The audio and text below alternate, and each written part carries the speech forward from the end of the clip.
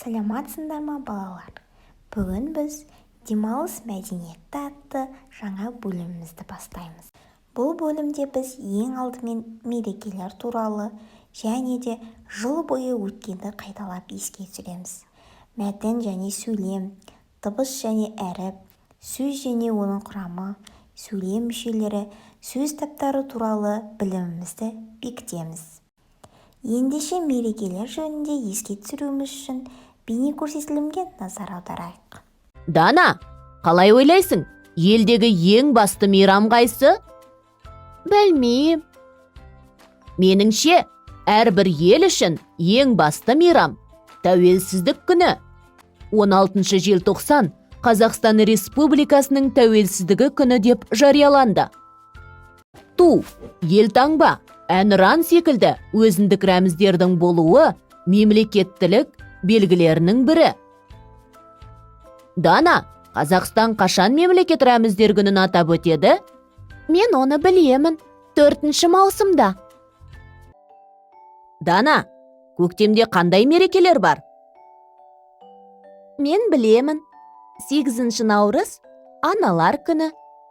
22 наурыз Наурыз мейрамы.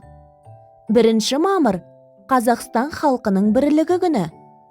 7 мамыр отан қорғаушылар күні. 9 мамыр жеңіс күні. Берілген күндерді мерекелермен тиісінше сәйкестендір.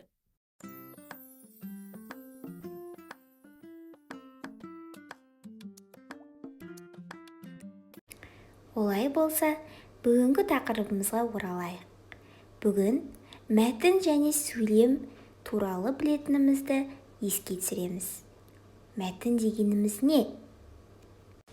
Мәтінде оқиға мен құбылыс хабарланады, баяндалады, әңгімеленеді, сипатталады және суреттеледі. Мәтіннің 3 түрі бар: әңгімелеу мәтіні, сипаттау мәтіні, пайымдау мәтіні. Және де жай сөйлемнің 3 түрі бар: хабарлы сөйлем, сұраулы сөйлем, лепті сөйлем. Ендеше жаттығуларға назар аударайық. Бірінші жаттығу: мәтінді түсініп оқы. Біздің бәрімізде мерекені жақсы көреміз. Оған дайындаламыз. Халықтық мерекелер 22 наурыз, 8 наурыз. 16 желтоқсан тәуелсіздік күні. 1 мамыр Қазақстан халқының бірлігі күні. 1 маусым халықаралық балаларды қорғау күні және басқалары. Сонымен бірге кәсіптік мерекелер де бар. Жыл сайын әртүрлі мамандық иелері, дәрігерлер, мұғалімдер, құрылысшылар, шахтерлер, металлургтер, тағы басқалар өз мерекелерін тойлайды. Бұл күні мерекелік жиналыс, салтанатты кеш өтеді.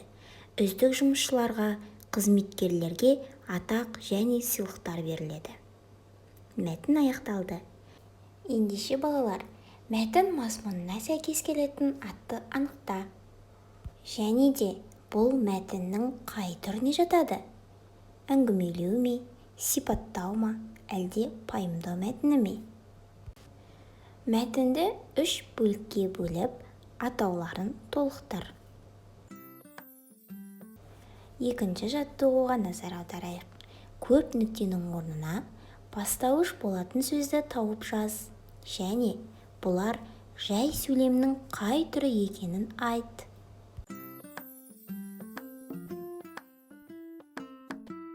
Сабағымызды 5-ші жаттығумен жалғастырайық. Мәтінді мұқият оқып шық.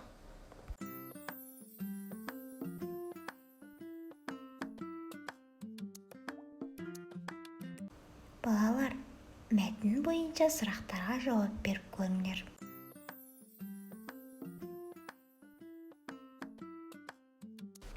Сегізінші жаттығуға назар аударайық. Суреттер бойынша сөйлемдер құрастыр. Сөйлемдерді жай сөйлем түріне және сөйлем мүшесіне талда. Жақсы балалар, үйден 4-ші және 6-ші жаттығуларды орындайсыңдар. Сабағымыз аяқталды. Сау болыңдар.